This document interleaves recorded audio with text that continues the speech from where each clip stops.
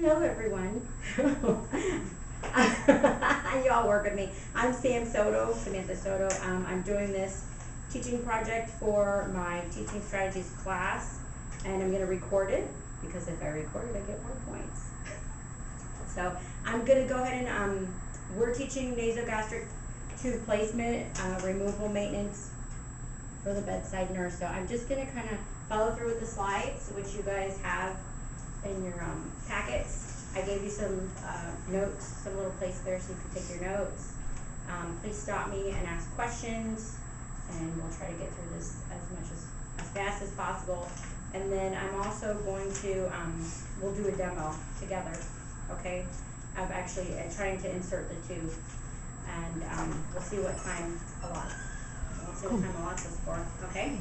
Go close as possible to her up here, please. Huh? Go as close as possible to her. Up further, as far up as possible. Alright, so these are just the objectives that I created for this actual teaching plan. It kind of looks a little lengthy here, but I'll just tell you what they are. Articulate the anatomy of the upper gastrointestinal tract. Describe 2 types of nasogastric tubes and their uses. Verbalize 3 conditions where a nasogastric tube would be indicated. Perform a return demonstration of a patient assessment prior to nasogastric tube placement. Verbalize the supplies and equipment necessary for nasogastric tube placement. Okay.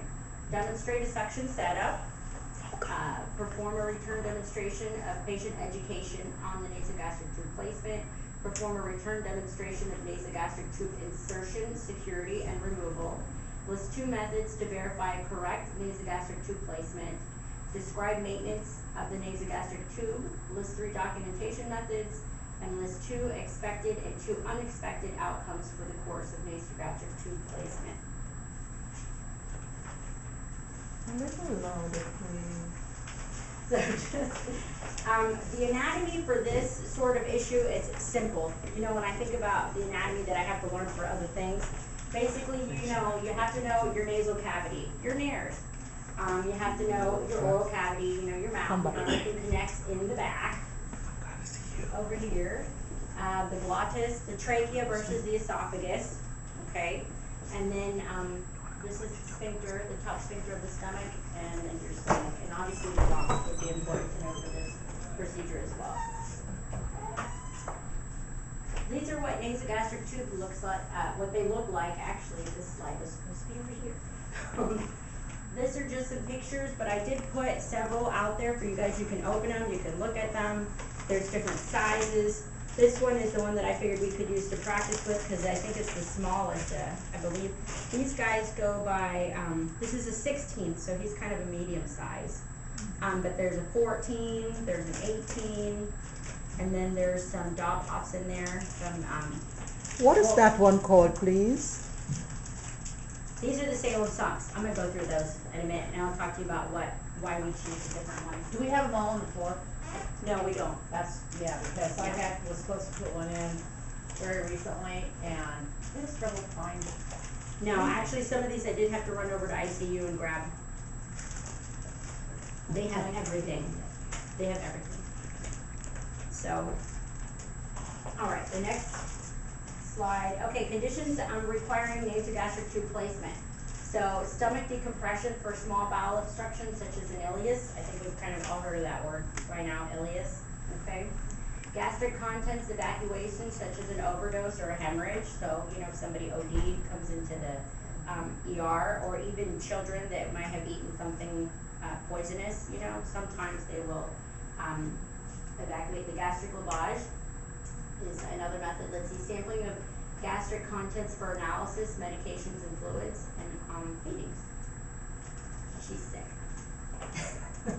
Tell by your green face. Okay. Patient assessment prior to nasogastric tube placement. What are the things that you guys need to look for before you would actually go and even attempt to put a tube up somebody's nose? So, if possible, ask your patient for information regarding their past medical history. Be sure to include questions about ingestion of drugs or toxins, nasal deformities, like if people have had their nose broken before, that can affect epistaxis, that's the great big word for nosebleeds, alright? Facial surgeries, which is actually, some people don't like to talk about that, but we have to ask. It might be one of those hidden things that, you don't necessarily see, it's not obvious.